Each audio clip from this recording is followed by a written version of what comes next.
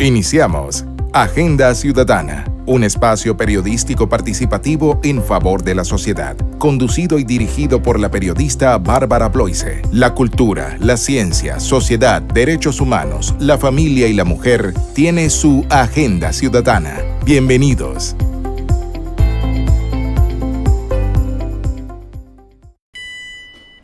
Recordemos la metrocultura. Si durante tu viaje en el metro prefieres escuchar música, jugar o ver contenidos multimedia de tus redes sociales, recuerda usar audífonos para respetar el viaje de los demás usuarios.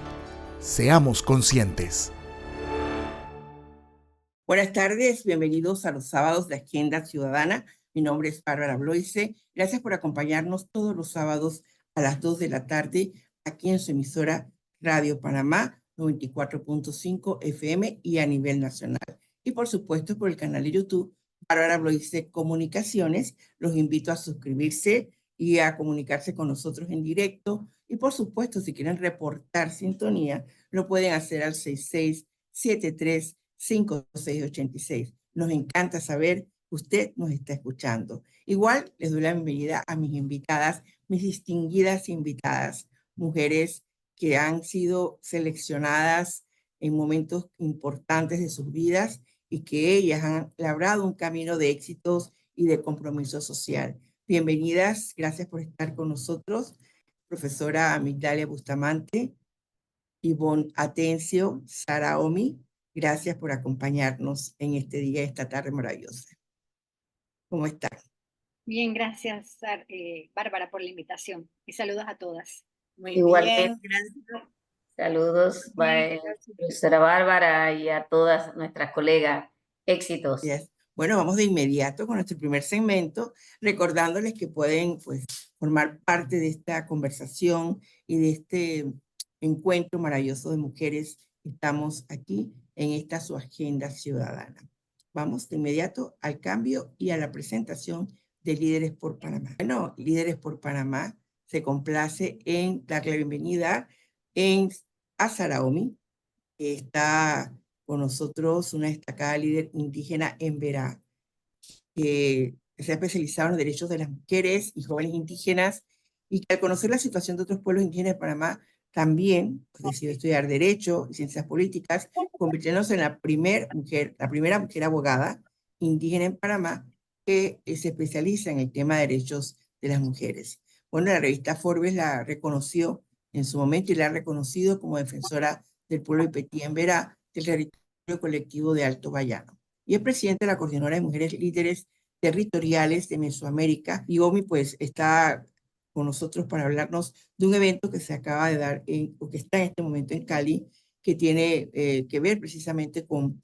esos desafíos importantes. A ver, háblanos, Sara, y contanos especialmente qué ha significado este momento preciso en los desafíos de los derechos de las mujeres indígenas. Sí, muchas gracias por el espacio, por la oportunidad de saludar también a las doctoras que se encuentran aquí en este panel tan relevante, de poder escuchar las voces de las mujeres y en este caso pues nuestra participación que busca de cómo iniciar procesos de diálogo y acercamiento en materia pues de políticas integrales que van dirigidas que deben ser tomadas en cuenta desde la perspectiva de las mujeres indígenas.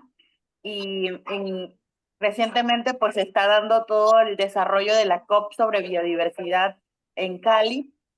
Tuve la oportunidad de estar la primera semana y nuestra participación en este caso es de seguir potenciando y visibilizando nuestras voces porque todavía existe una gran brecha de distancia para que las mujeres podamos tener un espacio protagónico con una participación plena y efectiva donde se puedan, en este caso, conectar nuestros saberes, nuestros conocimientos y que la misma debe ser, tener esa garantía de respeto hacia nuestros derechos. Para nosotras las mujeres que trabajamos en nuestras comunidades, en nuestros territorios, esa conexión, como decir, estrecha con nuestros bosques, con las plantas medicinales, sigue siendo un tema muy importante para nosotras, pero también estamos diciendo que los diálogos y negociaciones que se dan en estas grandes conferencias que determinan el rumbo de nuestra madre tierra, también debemos estar consideradas las mujeres indígenas para poder seguir articulando y poder a que se reconozcan las soluciones de los conocimientos tradicionales que tienen los pueblos indígenas como buenas prácticas cuando hablamos sobre el tema de la biodiversidad. Es un tema... Sara, uno de los temas importantes que se dio en la Conferencia de Naciones Unidas sobre Biodiversidad, COP16, precisamente en Cali, donde estuviste, se habla de que menos del 1% de apoyo financiero global reciben las mujeres indígenas y afrodescendientes. Este estudio que fue dado a conocer en este evento, ¿qué impacto tiene también, o puedes decir tú, qué ha significado para Panamá especialmente? Sí, efectivamente, entrando en el tema de toda la problemática que existe sobre el cambio climático, sobre la biodiversidad, en este proceso también hemos aprendido a conocer de todo el trabajo que se da en el ámbito internacional y sobre todo nosotras decimos que estamos trabajando en nuestros territorios, estamos tratando de mantener el equilibrio con nuestra madre tierra, pero en estas grandes conferencias nacen soluciones para salvar al planeta y uno de ellos ha sido el tema del acceso al financiamiento.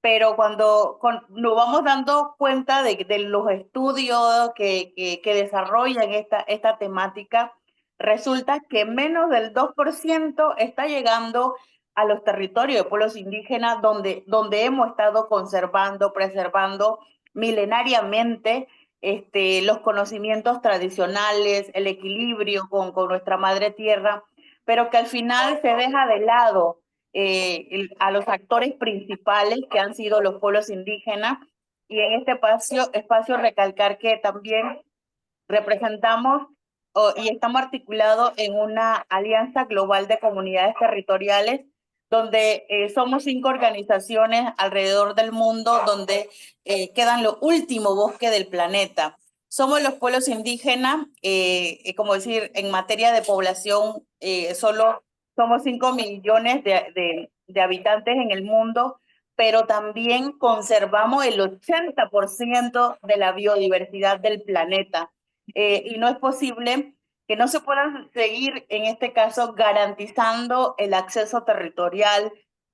No puede ser posible que los procesos de consulta y consentimiento de grandes proyectos que vayan a impactar directamente a los territorios no se tomen en cuenta la visión de los pueblos indígenas y el tema de la criminalización. Entonces, los financiamientos se deben enfocar justamente en cómo reparar, en cómo aportar todo el trabajo que realizan los pueblos indígenas. Pero aparte de esto, cuando vamos a ver la temática de mujeres indígenas y afrodescendientes, sí, resulta que prácticamente nada está llegando hacia las mujeres indígenas. Los fondos, pues lastimosamente vienen de fuentes diferentes. Cada día o cada año surgen temáticas de cómo se van a dar el acceso al financiamiento. Entonces también nos tienen segmentado en diversos temas, biodiversidad, cambio climático, desertificación del suelo. Y han surgido tantos elementos que a veces también nos confunden, pero resulta que están tratando de los fondos verdes, pero no se articula también para cómo seguir efectivamente llevando las acciones que se necesitan. Por ejemplo, las mujeres necesitamos erradicar violencia, la discriminación a nivel interno en nuestras comunidades. Necesitamos desarrollar nuestro emprendimiento de manera sostenible. Y esta presentación que hicimos en la COP sobre viendo el análisis de cómo nosotras nos vemos reflejadas en estos procesos, lo que buscamos es justicia climática y que se garanticen nuestros derechos plenos y efectivos como sujetas, en este caso de derecho y en búsqueda de una autonomía propia desde la visión y perspectiva de las mujeres indígenas. este es el, como decir, el enfoque a la cual estamos trabajando, estamos incidiendo para poder ser escuchada, para encontrar las temáticas necesarias que nos permitan acercarnos y poder estar en espacios de diálogo y de toma de decisiones, y que el acceso al financiamiento pues justamente garantice eso, nuestra participación plena y efectiva, y que las acciones tengan resultados que vayan de acuerdo a nuestra propia cosmovisión y espiritualidad, que es lo más sagrado que tenemos. Clara, yo quería también un poco, porque entiendo que el tema de las mujeres indígenas y de los pueblos indígenas, en el cambio climático, en la preservación de la tierra, o sea, hay una relación importante que se menciona y, como tú dices, está algo disperso al momento en que se quiere lograr resultados. ¿Cuál tú podrías señalar que en este encuentro sería, digamos, lo más urgente que atender por parte de las mismas poblaciones indígenas y del Estado en sus políticas públicas? ¿Cuál crees tú que debe ser lo que hay que atender con urgencia por parte de nuestra sociedad? Sí, primero, cuando hablamos de todos los efectos que provoca el cambio climático, a veces se dice que son efectos de la naturaleza, pero mis abuelos y mis abuelas nos han enseñado que esos efectos son provocados por el hombre, no por la propia naturaleza, y que nosotras somos un elemento muy importante para buscar y mantener la sostenibilidad y el equilibrio que necesita nuestra madre tierra. Pero en este caso, los pueblos indígenas y especialmente las mujeres estamos contribuyendo permanentemente a esa sostenibilidad. Pero el impacto en este, que no es ocasionado por nosotros, está llegando hacia nuestras comunidades. Estamos teniendo problemática en nuestra soberanía alimentaria, las cosechas ya no son iguales que hace 20 años, estamos perdiendo la misma biodiversidad. Pero aparte de ello, las mujeres estamos diciendo que tenemos las herramientas, que tenemos el conocimiento para mantener la resistencia.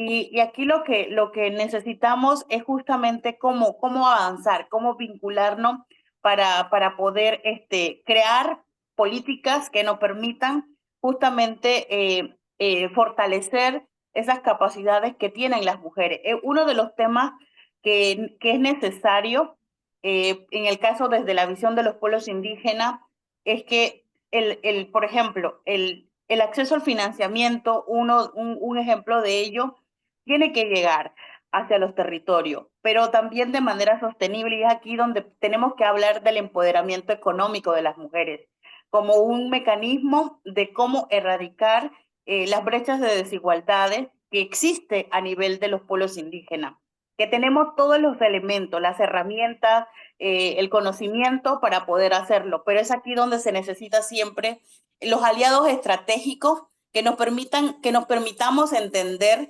para poder buscar, como decir, ese punto de reflexión y de avance que se necesitan impulsar desde las políticas públicas con pertinencia cultural, donde se nos garanticen nuestros derechos y que la sociedad en general pueda entender que, por ejemplo, que nuestra lucha al acceso al territorio no es más que defender nuestra propia vida como pueblos indígenas y la vida de todos los que habitamos en este planeta, y que todos dependemos de nuestra madre tierra, y que es allí donde necesitamos, como decir, el conocimiento occidental y el conocimiento tradicional unificarse, porque los dos tienen que ir de la mano, y eso lo hemos entendido nosotras como mujeres indígenas, que para avanzar tenemos que estar entrelazados, pero es un tema que todavía queda en el debate, en la incidencia, y que yo espero que en algún momento podamos tener el equilibrio y la balanza de poder seguir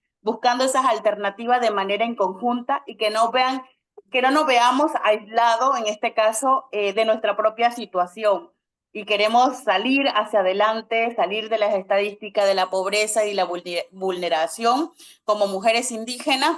Y es aquí el compromiso que nos toca a todos. Las mujeres indígenas estamos buscando espacios de cómo educarnos, de cómo crear capacidades financieras para poder desarrollar nuestro propio conocimiento. En el caso de Panamá, se habla de la política del plan de empoderamiento económico de las mujeres y es aquí donde necesitamos llevar Acción acciones que nos importante. permitan. Sí. Me gustaría si la profesora Migdalia quisiera un comentario o Ivonne sobre lo que ha escuchado, de lo que ha Sara con toda esa trayectoria, esa vivencia tan cercana a las mujeres indígenas y de su pueblo puede hablar y nos ha compartido, ¿no? Doctora Ivonne. ¿Cómo no? Me gustaría, en primera instancia, profesora Bárbara, felicitar a Sara. Felicitar a Sara porque yo soy una fiel convencida de que solo a través de la educación podemos salvar no solamente el planeta, sino la vida de todos y hacer felices a los que dependen de nosotros. Quiero de verdad felicitarte, Sara, por este reto que llevas. Por eso yo creo y me he mantenido fiel a los programas anexos comarcales. Coordiné el programa anexo Cerro Puerco en Tolé, entrando por El Salado, que creo que ella lo sabe, en Guabal, por Santa Fe, Veragua, Narganaus, Tupo, Cartí, y sobre todo creemos en la mujer que trata de no solamente tener el rol del hogar, sino sencillamente empoderarse de que ella puede hacerlo, de criar a sus hijos, de mantener un hogar, pero también de ser profesional. Me encanta y soy una admiradora de Sara porque en realidad se ha abierto camino al andar con mucho esfuerzo. La primera abogada y sobre todo cuando conviví dentro de las comarcas, de los programas comarcales, vi y me hice sentir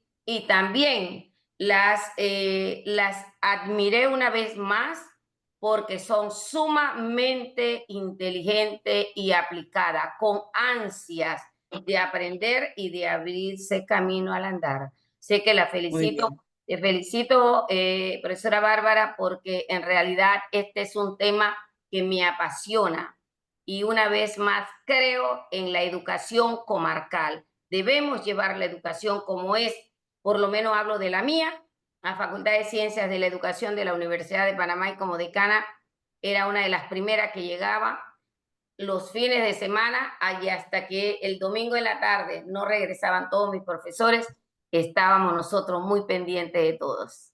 Excelente. Ivonne, si quisieras hacer un comentario. Sí, como no. Felicitaciones, Sara, a mí por la labor que estás haciendo. Me llama mucho la atención lo que comentabas con respecto a los procesos de financiamiento. Y es una cosa muy ligada o en el hilo que va la doctora Migdalia sobre la educación. Es cierto que hay que fortalecer las capacidades y demás, pero justamente en el fortalecimiento de capacidades del manejo económico y financiero, sobre todo en lo que es a nivel de sostenibilidad en los territorios, todo lo que es los créditos de carbono, todas esta bioeconomía, básicamente lo manejan los economistas y hablan en un lenguaje que tiene que aterrizar y ser llevado justamente a las personas que realmente pueden beneficiarse directamente de eso. Y el otro detalle importante que comentó Sara con respecto a la COP16 es esta que es multifactorial y que lo han ido decantando o separando en diferentes sesiones, pero a la larga es un hilo conductor y ese hilo conductor también tiene que la mujer es la que empieza y termina el círculo de la pobreza. Una mujer educada, empoderada e independiente económicamente, sea de cualquier etnia o todas llevamos desafíos en común.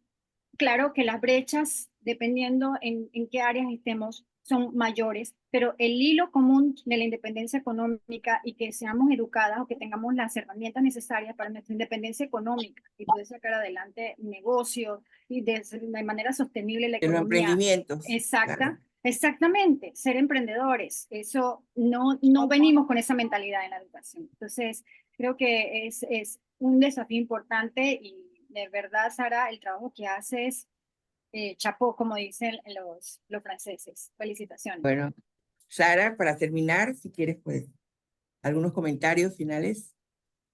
Sí, agradecerle siempre porque estos espacios lo que nos permite en el marco del trabajo que realizamos a nivel de Mesoamérica, a nivel de Panamá y a nivel de lo global, es prácticamente transmitir todo el conocimiento que poseemos las mujeres y los pueblos indígenas, de cómo también debe ser el mecanismo de diálogo y de acercamiento, que para nosotros nos preocupa mucho estar segmentado en diversas áreas temáticas, cuando específicamente como decir, el territorio, los recursos naturales, la biodiversidad, es un solo conjunto en la cual estamos nosotros. Y también el mensaje es que siempre se habla de cómo salvar al planeta o cómo solamente enfocado en, como decir, en los mismos recursos como tal, y se olvida de toda la relación que tienen los pueblos indígenas vinculada con el bosque, con el territorio, y es por eso que el trabajo de la incidencia es justamente de que exista ese reconocimiento como somos sujetos de derecho, para que podamos avanzar y que podamos recuperar a la madre tierra que está enferma y que necesita de todos nosotros para poder avanzar. Y cuando hablamos de las mujeres indígenas, necesitamos sacar, como decir, salir de todas las estadísticas de las brechas, de las desigualdades, y que no solamente somos esa cara de pobreza y de vulnerabilidad, sino que también somos portadoras de conocimientos, sino que somos portadoras de toda esa sabiduría que nos han dejado nuestros abuelos y abuelas, de poder mantener la resistencia de nuestra comunidad y nuestro pueblo, y que está basada en los conocimientos tradicionales y en el medio que nos encontramos, que son los recursos que se encuentran dentro de nuestras comunidades. Y apostamos también a que podamos, como decir, tener ese entendimiento, porque más allá de todo lo que hacemos, es también participar de los procesos de toma de decisiones, de donde se negocia la vida, de donde no se negocia, como decir, todos los mecanismos y estrategias. Necesitamos llegar allí, necesitamos coordinar, necesitamos tomar acciones en conjunto para poder mantener la sostenibilidad que necesita nuestro planeta.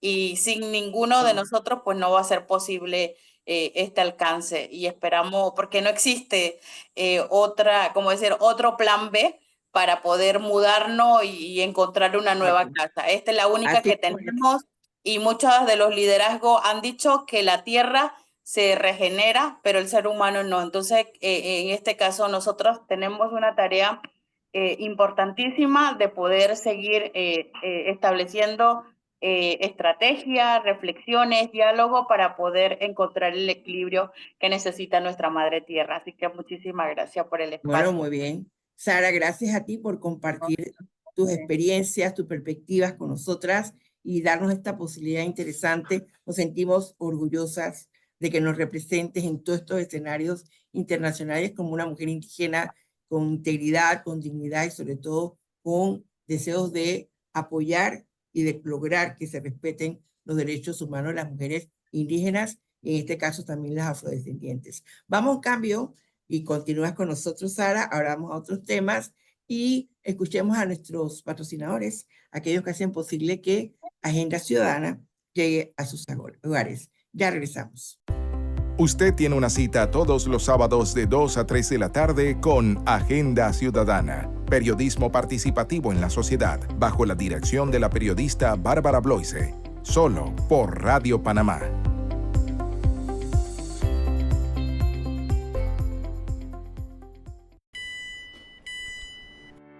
Recordemos la metrocultura. Dejemos salir primero a los usuarios que llegan para ingresar más rápido y seguro al vagón. Con orden, agilizamos el viaje. Bueno, muy bien. Este es el segmento de educación. Hoy tenemos el honor de presentar a la profesora Migdalia Bustamante, una destacada académica con una impresionante trayectoria en el ámbito educativo. La conozco desde hace muchos años, no vamos a decir de cuándo, profesora, que todavía somos unas peladitas. Qué guapura. Mira qué guapura. Profesora Migdalia es una especialista en entornos virtuales de aprendizaje, es doctora en ciencias de educación, con mención en educación a distancia, por eso nos habla de sus experiencias, ¿no? En todos esos anexos que tiene la universidad. Y bueno, actual decana de la Facultad de Ciencias de la Educación nos honra aquí con su presencia. Gracias. Y bueno, ha sido una figura clave en implementación de programas importantes y sobre todo la internalización que usted habla en muchos de las propuestas, y de eso es que se habló en el primer Congreso Internacional de Educación. Hablemos, profesora, ¿qué significa para usted poder internacionalizar todo lo que se hace desde la Universidad de Panamá? Muchas gracias, profesora Bárbara. Un honor estar aquí con este elenco de damas. Sobre todo, necesitamos de todos, ¿no? El hombre y la mujer, pero en este momento de verdad que me siento orgullosa de estar con ustedes. Para nosotros fue un honor como Facultad de Ciencia de la Educación llevar a cabo el primer congreso a nivel internacional de educación. Nosotros somos creyentes, así como hablamos de los programas anexos comarcales a nivel de todos nuestros centros regionales, en nuestras provincias, extensiones y demás, y más de 24 programas anexos. Hablamos también de la internacionalización, porque creemos que la educación debe salir de nuestro entorno. Y es por eso que en este mismo mes de octubre celebramos con mucho orgullo nuestro Congreso Internacional que lleva como título La educación y la escuela en la era digital, tensiones y desafíos, perspectiva para los sujetos educativos. ¿Qué quiere decir? ¿Qué queríamos nosotros con este Congreso? Promover la reflexión académica en estudiantes de posgrado, o sea, especialización, maestrías y doctorados de América Latina y el intercambio en los procesos de investigación educativa. Esto fue un esfuerzo bastante grande que llevó a cabo la Facultad de Ciencias de la Educación de la Universidad de Panamá a través de la Corporación de Ciencias Pedagógicas Latinoamericana y del Caribe, dando como ejemplo de que más de 8 países estuvieran con nosotros, conjuntamente con una universidad también de Estados Unidos, como es la UTE, que es el director general de la corporación que acabo de mencionar, y además que es rector de esta universidad en Estados Unidos. Tuvimos la participación de España, Chile, Ecuador, Colombia, estaba México, estaba República Dominicana y demás. Pero no faltaron nuestros doctorandos nacionales. Ecuador fue un pilar fundamental en toda esta organización. Estaban más de 450 personas. No fue fácil porque no tenemos este espacio tan grande, pero los jóvenes internacionales que también estudian nuestros programas, estudian las diferentes maestrías como entornos virtuales, maestría en psicopedagogía, en orientación, estudian administración educativa, pedagogía y demás, la didáctica y la investigación. También lo hacen con el doctorado en ciencias de la educación. Esta es la oportunidad que tuvimos nosotros en la primera y segunda corte, y ya vamos los nacionales por la cuarta corte en esta facultad, de ir a sustentar que los estudiantes tuvieran esa oportunidad de ir a Estados Unidos a sustentar ante un jurado el proyecto de investigación que los lleva al final a sustentar su tesis doctoral con otros pares, o sea, otros profesionales de investigación en su área. El año pasado tuvimos la oportunidad ya no de ir a Estados Unidos, sino nos fuimos a Colombia, a Pereira, una universidad reconocida por 10 años, reacreditada. Y también Doctora, tuvimos una excelente experiencia internacional. Dígame, profe. doctora, en todos estos encuentros internacionales, ¿cuáles, digamos, son los temas recurrentes que tienen que ver con los desafíos que tiene la educación? Por ejemplo, ahora estamos hablando de una educación que tiene que ver con inteligencia artificial. Sí, cómo no. Los métodos de aprender haciendo, aprender a aprender, el método, o sea, toda la parte de cómo es la visión de esa educación del futuro que es hoy, porque es otra cosa. O sea, ya se rompen todos los paradigmas, ya hay otros momentos importantes. ¿Y cuál debe ser ese camino? Toda esta actividad de internacionalizar la universidad, ¿qué es lo que más se escucha? ¿Qué es lo que más preocupa a las universidades del mundo? Mire, esta es una experiencia maravillosa y una excelente pregunta. Pero vamos al tema específico que usted me pregunta, los desafíos de la educación. Los retos más grandes son las competencias digitales del docente y la combinación de las experiencias presenciales y virtuales que se deben educar hoy pensando en el futuro de los estudiantes. Nosotros en esos desafíos más comunes y urgentes que enfrentamos todos los docentes en el aula, es el hecho de que algunos estudiantes no reciben el apoyo adecuado fuera de las aulas. Si bien es cierto, profesora, los docentes pueden trabajar con los estudiantes mientras están en el aula, en las escuelas, pero los estudiantes también necesitan todo de los padres de familia. Nosotros tenemos que trabajar a nivel de padres de familia, docentes, el Estado, porque no gobierno, el Estado, el Ministerio de Educación y las universidades a nivel ya superior. Entonces, nosotros tenemos que ver que esta es una problemática urgente, como relevante, evitar la violencia, la inseguridad, la disciplina, las tareas pedagógicas, los contenidos y la forma cómo se enseña, esa metodología, ese ausentismo del docente en las dificultades de la comunicación, la participación y la relación escuela-familia. Ahí es que nosotros tenemos que entrelazarnos.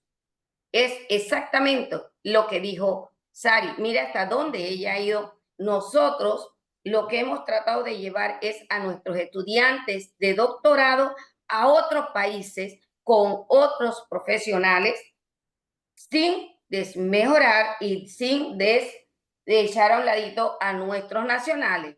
Son grandes profesores que tenemos a nivel de la Universidad de Panamá, porque cuando no tenemos aquí en la sede, nuestros profesores son de los centros regionales y tienen una competencia tremenda. Y cuando no conseguimos allá, hay muchas universidades particulares muy bien fortalecidas.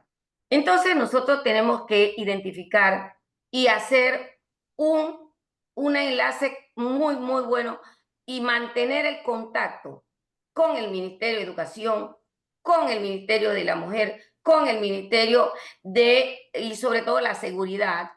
¿Por qué? Porque el padre de familia juega un papel importante. Nosotros hacemos diplomados, seminarios y todo, y a la vez todos los años esta facultad hace un encuentro con todos los coordinadores de ciencias de la educación de los diferentes centros regionales extensiones y programas anexos para conversar, para discutir, para encontrarnos y sobre todo para mejorar la calidad de la educación.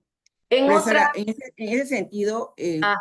me parece muy bien el tema cuando usted habla, por ejemplo, las competencias digitales. Yo no sé si Ivonne y Sara, porque hablamos de la brecha digital como un Sí. tema que tiene que ver con la diferencia entre ser pobre y tener un país en desarrollo y el conocimiento, precisamente lo que hablamos del acceso al conocimiento. Y nuestras aulas de clase siguen siendo exactamente lo mismo de hace un siglo, el maestro frente a sus estudiantes. No superamos las escuelas ranchos, no superamos los maestros multigrados, no logramos que, cuando se habla de calidad de educación, a mí, bueno, como yo soy hija de profesores, mi papá fue De un mi profesor. educador, su profesor querida, y mi mamá también fue profesora. Yo crecí en un hogar donde éramos parte de esos experimentos de la escuela sin fracaso, de mirar un poco, o sea, cuál es la educación que necesitamos hoy para esos grandes desafíos, ¿no? Y yo creo, no sé si Ivonne, y Sara, en su perspectiva también, ¿qué sentimos que la educación y que ese maestro tiene ante sí, pues, incluso son generaciones que enfrentan mundos distintos, o sea, una transformación digital, una alfabetización digital, o sea, un mundo que cambió. Entonces, ante eso, eh, sí, el papel de la seguridad, el papel de los padres, ya vimos el tema de pandemia, todo lo que significó para el sistema educativo, poder enseñar y todos los vacíos que hay, que todas las pruebas nos los dicen. Usted como decana y como una visión de educación de tantos años que ha estado al frente de la Facultad de Educación, ¿cómo usted concibe ese maestro, ese educador de hoy? O sea, ¿cómo usted se lo imagina? ¿Cómo usted, cuál es su aspiración como decana de que ese chico, ese estudiante que egresa a la Universidad de Panamá, sea ese perfil importante para la educación? Me parece excelente. Yo quiero decirle que nosotros, todas las instituciones de educación superior, tienen grandes retos, todas, grandes retos, como son la generación de conocimiento, formaciones de profesionales integrales, competentes y con valores éticos, morales y culturales. Y sobre todo, esa oferta de una diversidad y la vinculación a la investigación, el fortalecimiento y los procesos de internacionalización nos van a llevar ¿a qué? A mejorar la calidad de la educación. Es por eso que en un momento dije que nosotros debemos ver la educación como Estado, no de gobierno. Cuando nosotros comencemos a analizar y nosotros comencemos a prepararnos mentalmente, que la educación no puede ser de gobierno, sino de Estado, porque cada 5 años entonces diremos todo lo de educación de la facultad y viene otro y así del mismo gobierno y eso no puede ser. Esto tiene que pensarse a lo largo, a ese niño que está en preescolar. Por eso nosotros somos formador de formadores, desde el preescolar y llevarlo hasta la educación superior. Pero no lo podemos hacer solo. Por eso tenemos que integrarnos. Solo a través de esta integración podemos salvar al niño, al padre de familia, al maestro que hace muchos esfuerzos, porque es muy fácil ver a personas que no son maestros hablar mal de la educación, pero es bastante difícil estar, como usted misma lo ha dicho, en un techo de zinc con piso de tierra y solamente con hambre ese niño, esa maestra, pensando cómo va a estar esa noche, ese hogar, esa pequeña rincón donde ella duerme en esos lugares. Entonces, nosotros, es difícil tener 30, 40 niños con problemas personales y sobre todo con hambre, reitero, y pensando ella, esa maestra, también que en su casa hay problemas. O cómo voy, que me llamaron que un hijo está enfermo. Por eso digo que a través de la integración es el momento, y por qué no, de la educación a distancia, porque muchas veces no tenemos 100% los entornos virtuales, no todos son virtuales 100%. Por eso mi facultad tiene las 3 modalidades: virtual, presencial y semipresencial. ¿Por qué? Porque esa educación semipresencial o a distancia le da una luz a este maestro que está allá en aquel área de difícil acceso, a pensar en otra cosa y no solamente en su problema o en el problema del niño. El niño Ahí nació está, para perdón, disculpe, profe, ahí está María Luisa, bienvenida. Gracias, que no sé si tendría alguna pregunta. Y Ivonne, Sara, me gustaría escucharlas con sus preguntas o aportes o comentarios de lo que la profesora nos ha planteado en el día de hoy. Adelante. Sí, gracias, María Luisa Olmos. Sí, interesantísimo todo lo que se ha planteado y me interesa que precisamente lo manifestado por la doctora Migdalia es una realidad y sobre todo porque los docentes muchas veces sin recursos se trasladan a lugares de difícil acceso y encuentran situaciones en la cual tienen que ser creativos y para poder desarrollar no solamente sus capacidades académicas, sino que también tienen que enfrentarse a problemas y tienen que generar proyectos sociales para salir adelante de manera integral, para apoyar a la comunidad, para apoyar a las familias, para apoyar a los niños. Qué interesante todo lo que plantea la profesora Migdalia. Sí, gracias. Muchas gracias. Muchas gracias, profesora Olmos. Muchas gracias. Yo quisiera terminar pues para abrir el compás, si me permite la profesora Bárbara. Adelante.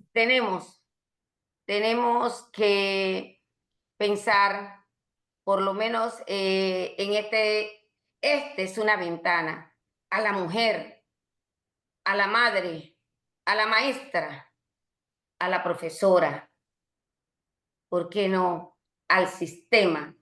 Que tenemos desafíos que enfrentar. La mujer tiene muchos roles y sobre todo, por eso tenemos que apoyarnos, porque yo he vivido muy, muy de cerca cómo estas maestras, tal y como lo ha dicho la profesora Olmos, tienen que dejar muchas veces a sus hijos enfermos o traerlos. Yo los veo aquí que suben y bajan con esos niños pequeños, pero ellas quieren estudiar. Ya el mundo despertó, ya despertamos todos. La pandemia nos dejó una enseñanza, que tenemos que ser proactivos, que tenemos que seguir en esta lucha frente a las diversas y vastos desafíos que tiene Panamá hacia un futuro. La educación viene a construir para esta servidora el factor esencial para que una sociedad pueda avanzar. ¿Hacia qué? A escenarios de paz, de desarrollo sostenible, de prosperidad y equidad. Porque tenemos que hacerlo. Panamá tiene grandes profesionales, tiene recursos. Entonces, tenemos que invertir en este gran pilar que es la educación. Cuando nosotros comencemos a tener menos niños en la calle, menos deserción escolar y darle el valor a la educación, vamos a tener un país de primer mundo, porque tenemos los profesionales, tenemos las ganas de trabajar. La mujer de hoy despertó. Necesitamos también al caballero profesional y que no nos vean como competencia, sino que nos valoren. Ese valor es el que necesitamos todos. Muy bien. Ivonne, para ver, y Sara también para hacer los aportes.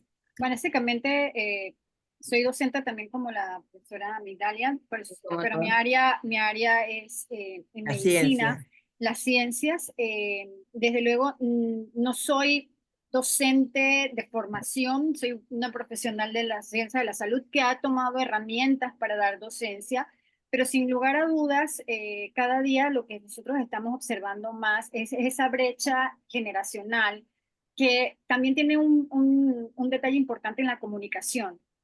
Algunas veces nuestros estudiantes no entienden lo que decimos, lo que lleva al hecho de que en las fases iniciales, todo lo que es la lectura, el lenguaje, que hay que trabajarlo muchísimo. Las habilidades. Las habilidades, sobre todo de la lectura comprensiva, el pensamiento crítico. Obviamente que, tal como ha dicho Sara, de las brechas en nuestros diferentes escenarios en un Panamá que es multidiverso, con pobreza multidimensional, en donde tenemos gente que tiene recursos, todos los recursos posibles, y personas que no tienen nada. Pero sin lugar a duda, el hilo conductor del círculo ese de la pobreza que hablamos es la educación. Y lo otro que muchas pruebas han sacado, y desde luego hay data, sobre todo para programas de ciencia, que las mujeres que tienen mayor educación o mayor nivel educativo, sus hijos también van a ser beneficiados en el proceso de educación. Entonces, claro, aquí lo primero y lo básico es el empoderamiento y la educación de la mujer, sin lugar a dudas. La primera maestra en el hogar, y seguirá, y la que mejor puede orientar, pero también en esto hay que tener claro de que cada vez más y más el hombre tiene que jugar un rol de compañero y de par, Así porque es. también nosotras tenemos más responsabilidades, y siempre las responsabilidades del cuidado por cuestiones de género cultural se le atañen a la mujer, y aquí también es una responsabilidad compartida. Así es. Sara, me gustaría escucharte. Bueno, yo también a agradecer por toda la información de la doctora Migdalia, de poder conocer más sobre el trabajo que realizan desde su área, pero también más que una recomendación, siempre una reflexión y algo muy interesante que decían la doctora pues, Migdalia Ivonne, que la educación forma parte, pues es la herramienta para poder avanzar a un desarrollo del sector que seamos, pero también hemos visto a lo largo del proceso de que la educación, pues sí, representa esa herramienta básica que necesitan los pueblos para poder avanzar en ese desarrollo sostenible, pero que también a la vez esa educación se ve con una barrera inmensa cuando hablamos de los territorios o de los pueblos indígenas. Hablamos, por ejemplo, hay muchos avances tecnológico, científico en materia de educación, del cual las mujeres pues no somos, como decir, no estamos en esa competencia como tal.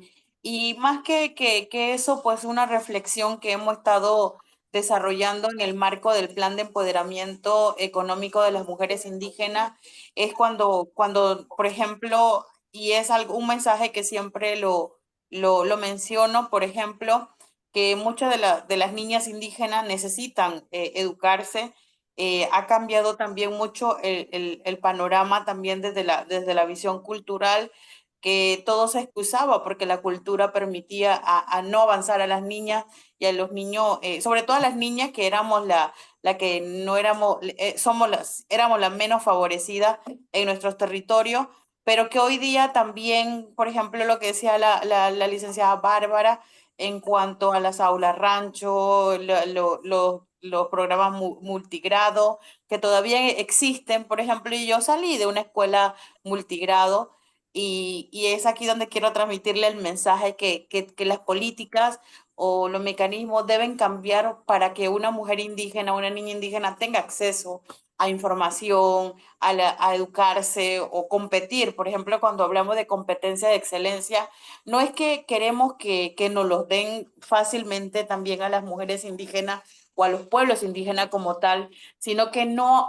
hemos encontrado también el entendimiento de cómo acortar esa distancia. Por ejemplo, una niña que sale de nuestros territorios con mucha expectativa de estudiar medicina, pero cuando llega a Ciudad de Panamá resulta que no puede entrar a esa competencia porque sus conocimientos son muy débiles, porque nunca conoció un laboratorio en el territorio, nunca tocó una computadora, nunca tuvo acceso a las herramientas que le permita a esa niña o a ese niño desarrollar sus capacidades y que pueda convertirse en una competencia cuando se llega a Ciudad de Panamá. Por ejemplo, cuando yo salí de mi comunidad, yo era la primera en el salón cuando estaba en mi comunidad, pero cuando llegué a Ciudad de Panamá, repruebo todas las materias porque no tenía, como decir, el conocimiento, no tenía la misma, como decir, capacidad del niño que se educa en Ciudad de Panamá con la capacidad de una niña indígena que se educa en el territorio. Y eso también tiene que cambiar.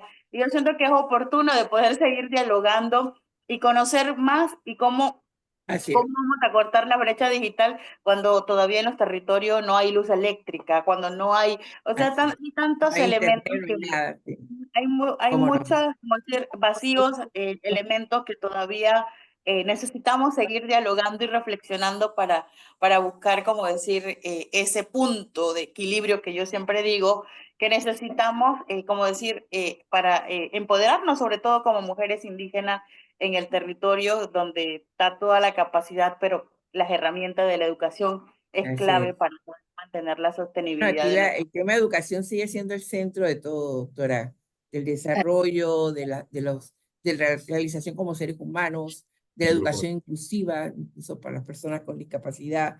Y yo menciono dos hechos siempre, lo reitero, no me voy a cansar.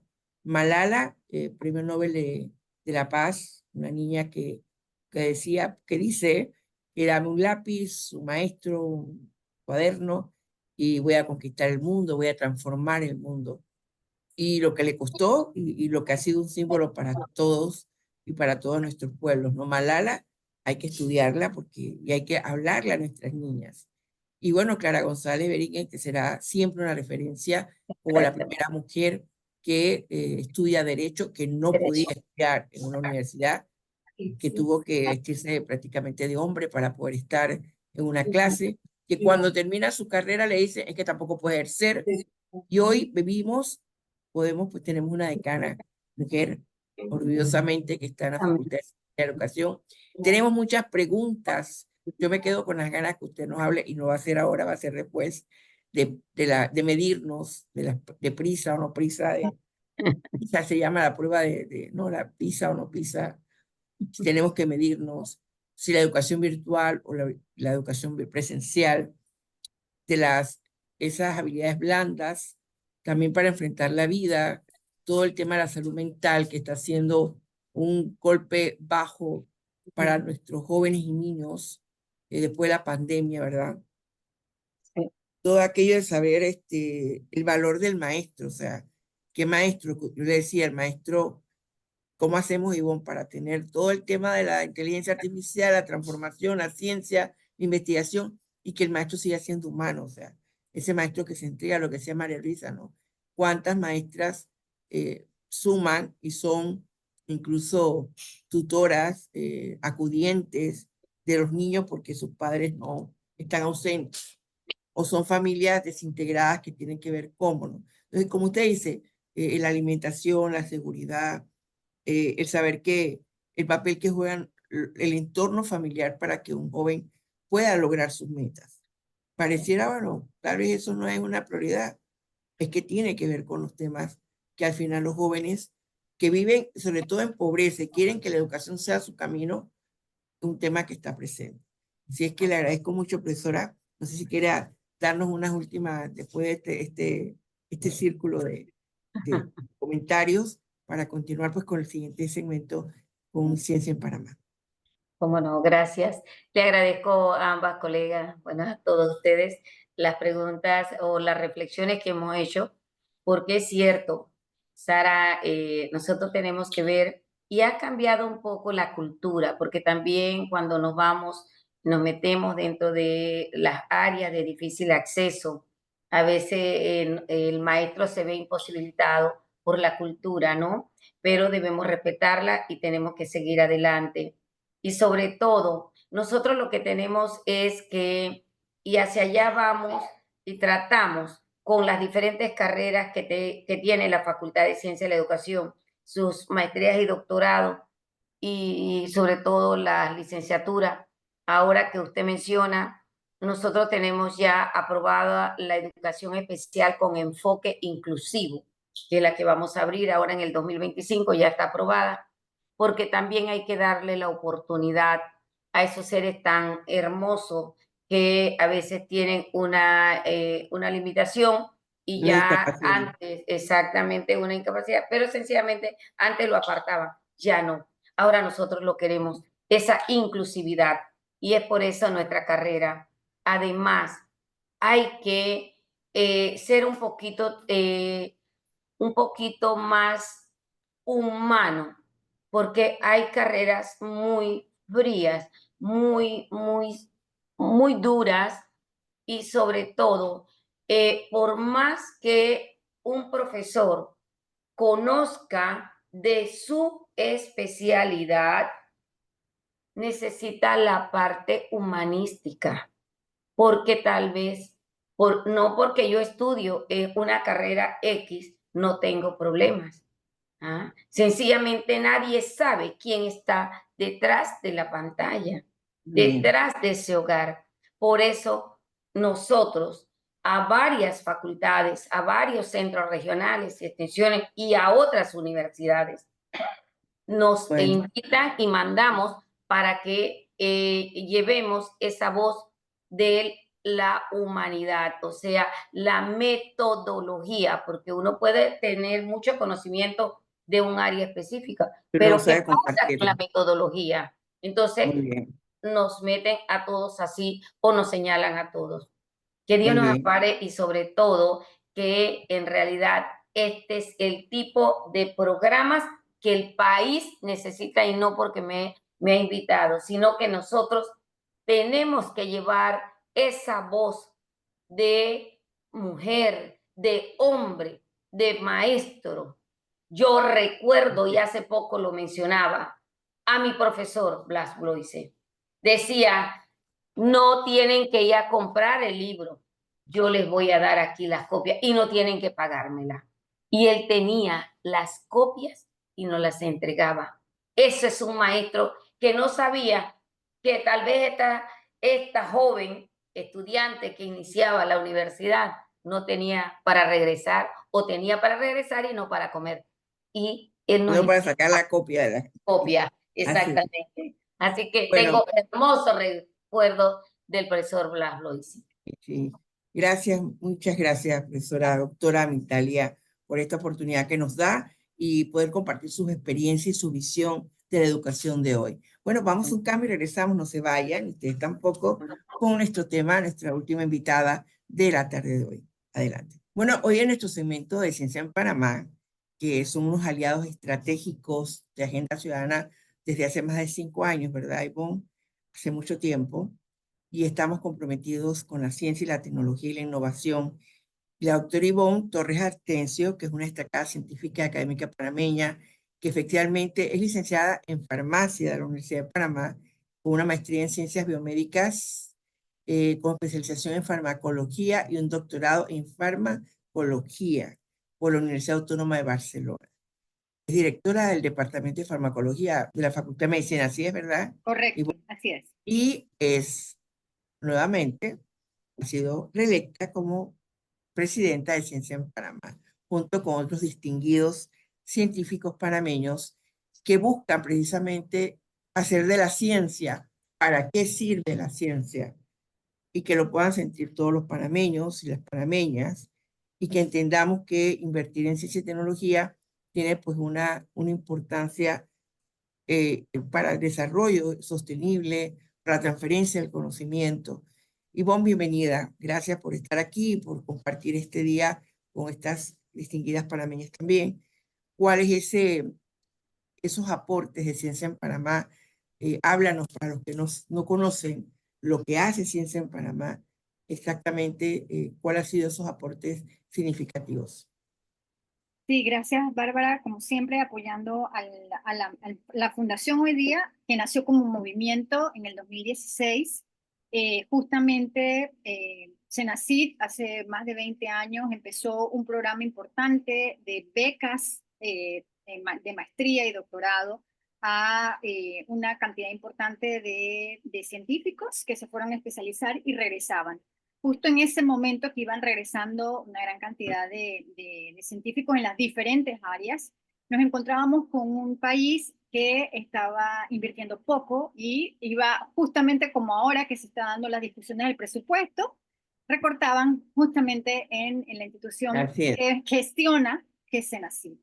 Ese momento se empezó un proceso de divulgación, porque si el ciudadano, nuestros compatriotas, no son conscientes de que por qué se invierte en ciencia o cómo llega de nuestros impuestos a la ciencia y qué resulta de eso, pues flaco favor hacíamos. Así que empezamos de manera orgánica, científicas y científicos de todas las áreas del conocimiento, y nos empezamos a organizar. Al principio, siendo un poco beligerantes en la lucha por un presupuesto cónsono con las necesidades y con lo que iba llegando.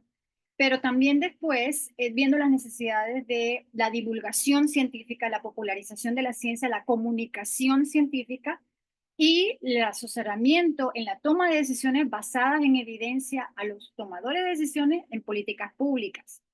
Y todo esto justamente ha sido la trayectoria de Ciencia en Panamá en los últimos ya 8 años y un poco más. Y llegamos a ser una fundación que ha tenido una primera gestión de 3 años según el estatuto, y he sido reelecta nuevamente para otros 3 años más. Ya después de allí, ya la batuta pasa para otras personas.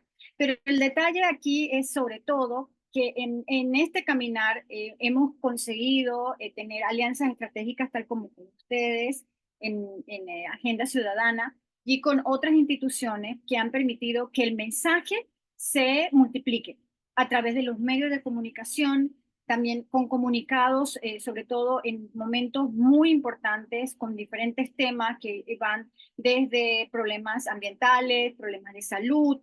Hemos tenido sobre todo de violencia de género, la educación sexual, la pandemia, la pandemia, la minería y todo lo demás, pero sin lugar a dudas el reflector importante fue justamente, como acabas de decir, la pandemia, en donde todo el mundo giró y vio la necesidad de tener las capacidades científicas en nuestro país, que todo lo importa. Pero en ese momento nosotros teníamos a gente preparada en el Instituto Conmemorativo Gorgas, en INDICASAT, a gente preparada en instituciones académicas que llevaban a cargo investigaciones, pero que también podían aportar en la logística y sobre todo en disminuir los procesos o los problemas de desinformación que está rampante y campante. Y esto es muy importante en la salud, que es el área que me desempeño, pero en todas las otras áreas también hay muchísima desinformación que justamente creando las capacidades de especialistas es lo que ha permitido que tengamos esa credibilidad que nos respalda, porque aquí cada zapatero a tu zapato. Aquí hay especialistas de todas las áreas a los que se hace consulta, que permiten ese lobby que ha llevado a que Ciencia en Panamá esté también sentado en varias juntas directivas de asociaciones importantes y el apoyo que tenemos tanto de Ciudad del Saber como de Senacid. ¿Cuál crees tú que son las áreas que la ciencia en Panamá debe tener como prioridad ahora mismo en este escenario actual? ¿Qué crees que nos hace falta para entender más? Sí, es que cada país tiene lo que nosotros llamamos champion, o sea, en qué áreas nosotros somos destacados.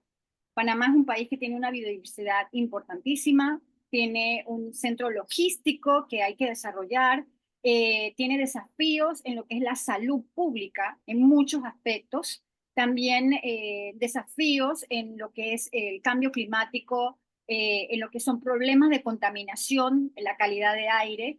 Entonces, obviamente, en este escenario tenemos un laboratorio abierto, por decirlo de esta manera, en nuestro país, en donde los grupos de investigación de manera transversal e interdisciplinaria necesitan de infraestructura y recursos para justamente tener esas datas y poder aplicarlo en políticas públicas, ajustar decisiones que toman nuestros gobernantes, como decía la profesora Migdalia en un momento. Nosotros tenemos planes. Estos planes tienen que ser planes de Estado, no de gobierno.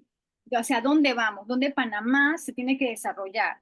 Y hemos visto iniciativas, en este momento hay una iniciativa importante para los semiconductores, en donde ahora mismo se están preparando por un lado una masa crítica de jóvenes para becas y demás, y por otra parte crear las competencias y ver en qué parte del engranaje Panamá cabe. Pero también así, creando también las competencias de personal o de la formación profesional, porque no necesariamente solamente necesitamos doctores o magíster, también necesitamos personas que tengan capacidades técnicas.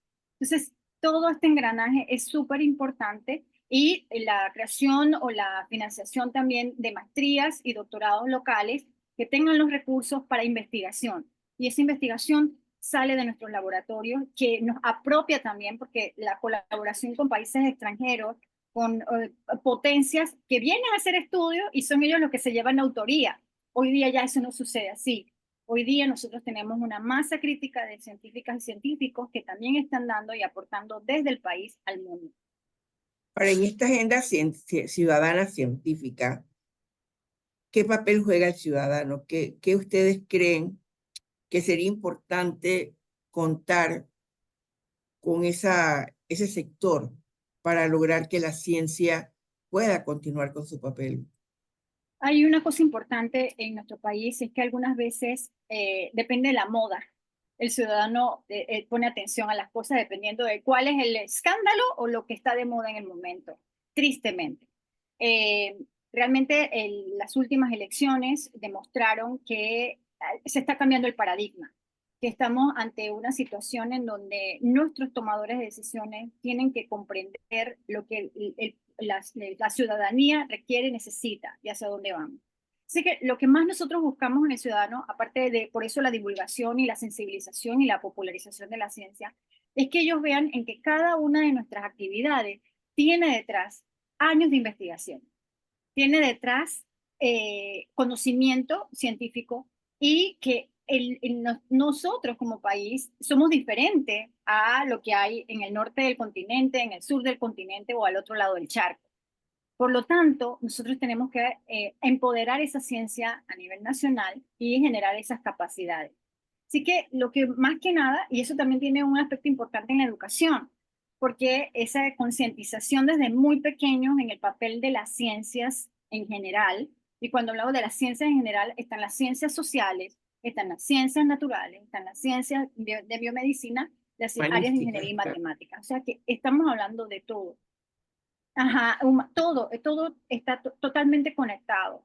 Si nosotros no tenemos buenos planificadores, estamos teniendo los problemas que estamos teniendo de movilización, el tráfico espantoso, nuestras edificaciones, nuestras viviendas, la calidad de aire, seguridad alimentaria, seguridad, la seguridad del ciudadano, los problemas de violencia, todas estas cosas son estudiadas desde muchísimos aspectos y que la pandemia vino a traer esto, porque tuvimos un problema de salud, pero también teníamos un problema social, que no fue abordado adecuadamente al inicio en el término social. Y tuvimos ese tipo de problemas y después también ese tema social para educar a las personas en la necesidad de la vacunación o el uso de la protección de mascarillas y demás. Entonces, todo esto va concatenado a que una sociedad educada es una sociedad que va a exigir procesos transparentes y que también va a darle importancia, y es lo que buscamos, a la ciencia. Muy bien. Hace poco la bancada independiente Vamos entregó un subsidio postelectoral a la CENACYT para financiar proyectos de investigación científica. Se habla especialmente contra la lucha contra el cáncer. ¿Qué piensa Ciencia en Panamá de este gesto, de esta nueva forma de hacer política de los jóvenes que están liderizando ese cambio importante en la política?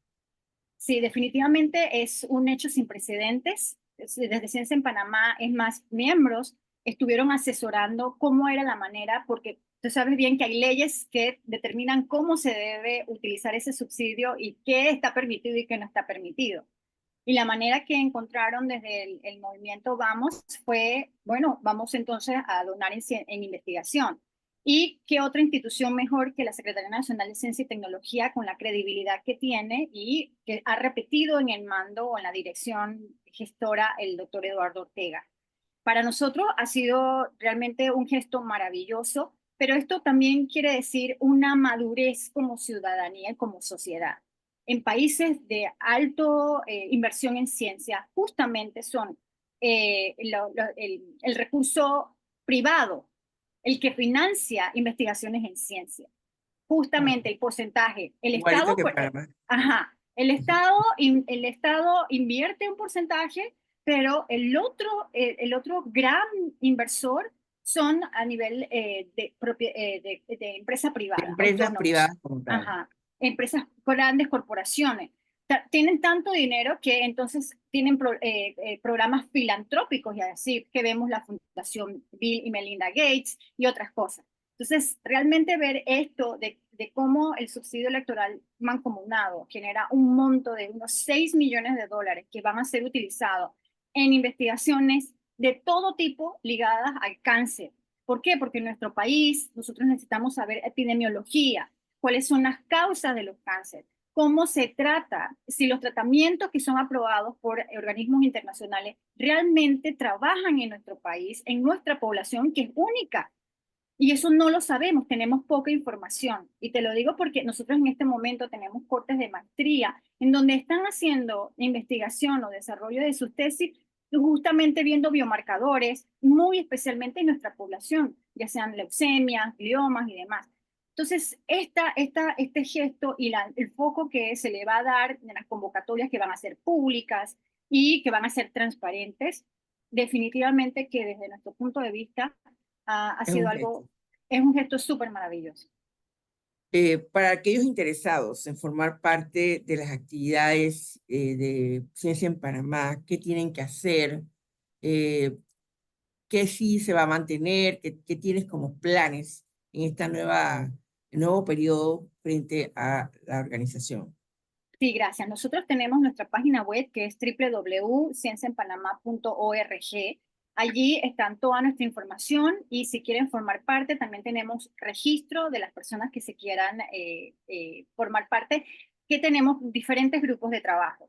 Va a haber una renovación de los grupos de trabajo y cuando hablamos de grupos de trabajo me refiero a las personas que trabajan en ambiente, en salud, en políticas públicas, en comunicación, ajá, exactamente, en donde nos apoyas, Bárbara. Todo. Sí, sí. Obviamente que este es un trabajo voluntario, todo esto es voluntariado, David. O sea, esto yo lo hago voluntariamente. A mí no es que me pagan, o sea, por ser presidenta, Madame President no recibe cheque de esto. Al contrario, tienes que dar. Ajá, entonces, pero lo que voy es que las personas están comprometidas y esto es importante porque el científico sale de sus laboratorios, de los muros, para dar a la sociedad en diferentes aspectos. Entonces, los planes, como siempre, Ciencia en Panamá tiene dos grandes actividades anuales. Una, el 11 de febrero, que es el Día Internacional de la Niña y la Mujer en la Ciencia, en donde nosotros realmente estamos muy enfocados en la diversidad, la equidad y la inclusión. El papel de las mujeres en la ciencia, como en muchas otras profesiones, hay una brecha importante. El efecto tijera, que ha sido bien descrito por estudios nacionales en educación y en sociología.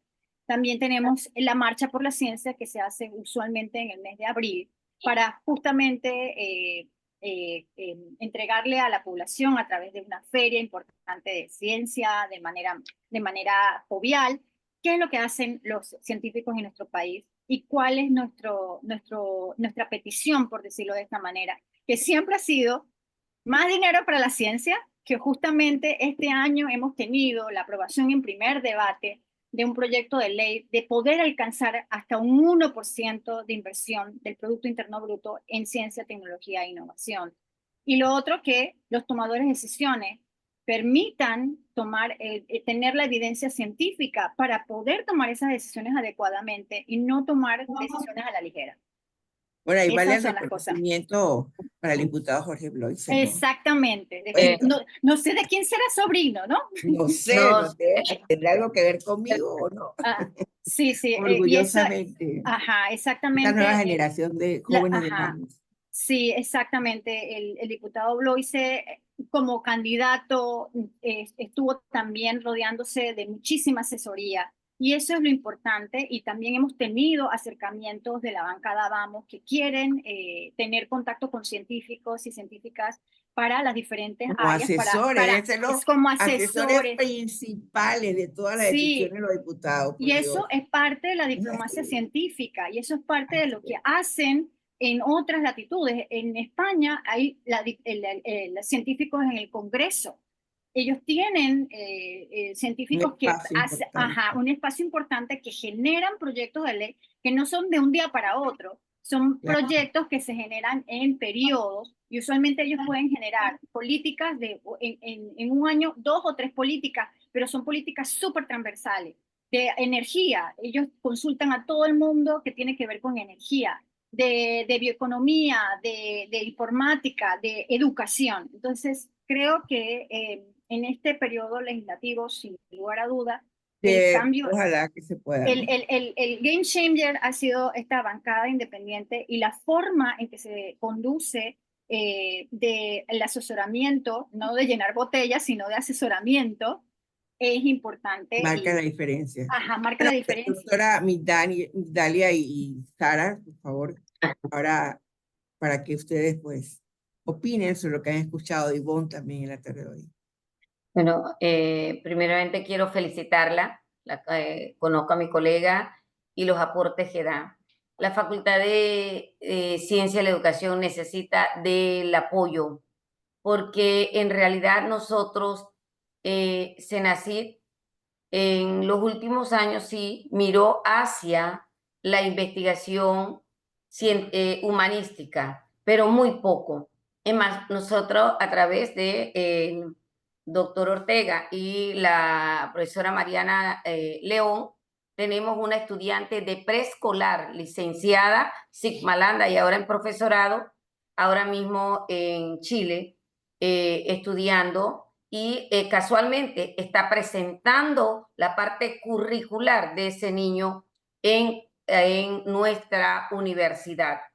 Las ciencias son importantes, pero para llegar a estas etapas de madurez científica es necesario el desarrollo neurológico del niño, el cual se llega en los primeros años a través de una buena educación. Yo estoy segura que nuestro honorable diputado nos va a ayudar a levantar esa voz para que ahora mismo las investigaciones lleguen a la parte humanística. Tenemos un centro de pensamiento en nuestra facultad y necesitamos apoyo porque somos ese laboratorio. ¿Qué mejor que la educación para un laboratorio? ¿Por qué la deserción? ¿Por qué la violencia? ¿Por qué el poco rendimiento y todos estos problemas sociales? Así que yo le pido a mi gran Dios primero y sobre todo a todos los honorables diputados que nos ayuden, así como a estos organismos de CENACYT, Ciudad del Saber, que de verdad el profesor Arosemena hace una gran labor y vamos a necesitar de los diputados. Excelente. Y felicidades Bueno, a Ivonne, nuestro también, sobrino. ¿sabes? Esa alianza entre la Facultad de Educación y Ciencia en Panamá, todo lo que se puede hacer, wow. Mucho. Sí, bueno, igualmente nosotros tenemos en nuestros grupos de trabajo que es de educación y de reinserción, también especialistas como la doctora Mariana León, la doctora Nadia de León Porto, de León que está en el CIEDU, que es un centro de investigación en educación. Entonces, bueno. hay vinculaciones porque nosotros necesitamos investigación en todos los aspectos. ¿Y quién mejor? O sea, ¿por qué nuestras pruebas PISA salen como salen? ¿Y qué ha hecho la diferencia? Esas investigaciones solo podemos hacerlas desde nuestra perspectiva, que tenga esa validez de ese instrumento. Que bueno, y ustedes son los especialistas, así que ¿dónde más puede salir esa investigación? Muy bien. Sara, pensé que te habías ido. Qué bueno que estás. Aquí, Ya que me estamos interesa terminando. mucho. Sí, al final escuchar a la doctora Ivonne, de verdad que son temas muy, muy relevantes y solo seguir reflexionando de cómo hacer llegar todo estos accesos de oportunidades sobre todo de cómo fortalecer las capacidades pues, de niños, niñas y mujeres que aspiran también, algún día sueñan con ser una doctora, con ser una científica, y que pueda devolverle todos esos conocimientos también a nuestros territorios. También es oportuno de cómo encontrar estrategia para acortar todas esas brechas que existen, que siguen todavía lastimando toda esa grande sabiduría que tienen nuestros pueblos, y que en algún momento podamos encontrar, como decir, todas las oportunidades necesarias, y que puedan llegar también hacia los territorios, que esas acciones puedan impactar en nuestras comunidades. Así que muchísimas gracias por el espacio y la oportunidad. Muchas gracias. Me uno a este eterno agradecimiento, de verdad que esta es una ventana, no una ventana ya, una puerta abierta para todos nosotras, las mujeres, las educadoras y las que tenemos diferentes roles. Muchas gracias a todas por estar con nosotros. Por supuesto, estas son puertas abiertas para los temas que importan para esa agenda ciudadana. Muchas gracias y continuamos pues ya en los minutos finales, recordándoles a toda nuestra audiencia que Metro de Panamá tiene un mensaje, estimado usuario. Recuerda que dentro del metro debes usar audífonos si quieres escuchar tu música favorita, así no incomodamos al que está al lado. Además, hay que cuidar el metro, cumplir con las normas y por la seguridad y comodidad de todos los usuarios, respetar las normas de la metrocultura. Esto pues ha sido todo por hoy. Les vamos a dejar con los mensajes de nuestros patrocinadores y también recordarles que el uso correcto de las escaleras eléctricas en el Metro de Panamá, que es permanecer también por el lado derecho y si tienes prisa, subir por el lado izquierdo. Gracias pues a Pinky Concepción en los controles de Radio Panamá y a la productora de Agenda Ciudadana, Bárbara Carlota, al equipo que nos acompaña siempre, Agdiel Villalá, Fernando Carmona y Licia Lescanos. Nos despedimos deseándoles que terminen de disfrutar su sábado de Agenda Ciudadana y los invito a suscribirse al canal de YouTube Bárbara Bloise Comunicaciones. Estuvieron en sintonía, Radio Panamá, continúen, que su programación regular está muy bien para todos nosotros. Buenas noches, les habló Bárbara Bloise. El Metro de Panamá te recomienda programar tu viaje contemplando recargas por montos superior a $1. Evita filas manteniendo tu tarjeta con saldo. El Metro de Panamá te recuerda que puedes pagar tu viaje con tus tarjetas de crédito, débito o prepago de Visa y Mastercard. La comodidad está en tus manos. Busca el torniquete señalizado. Viaja rápido y sin contacto. Revista Digital. Visita la revista digital Agenda Ciudadana en el sitio web barbarabloise.com. Síguenos en nuestras redes sociales y podcast, @BárbaraBloise. Hemos presentado Agenda Ciudadana, bajo la dirección y conducción de la periodista Bárbara Bloise. Gracias por haber participado de este espacio abierto para la sociedad. Recuerde, el próximo sábado tenemos una cita desde las 2 de la tarde por Radio Panamá.